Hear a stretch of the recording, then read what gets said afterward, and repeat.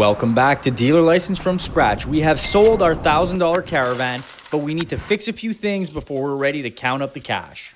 So I thought this car was ready to sell, but when I drove it this weekend, I noticed a few things I still needed to fix.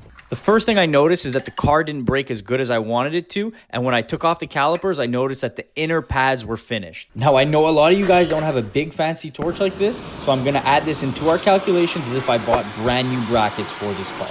Now, this is a great tip for you first-time flippers. Always take these cars home at least once or twice, just to make sure that there's nothing that you missed on your first test drive. The pads and rotors cost me $150, and I know some of you guys are going to be being upset with how much money we're spending on this car, but I promise you, you do not want to cheap out on safety things. My call says no shit leaves the shop, and we plan on doing that here. The next thing I noticed was that the car wouldn't reach operating temperature. Thermostats going bad on these Caravans are about as common as people trimming your armor in free-to-play world.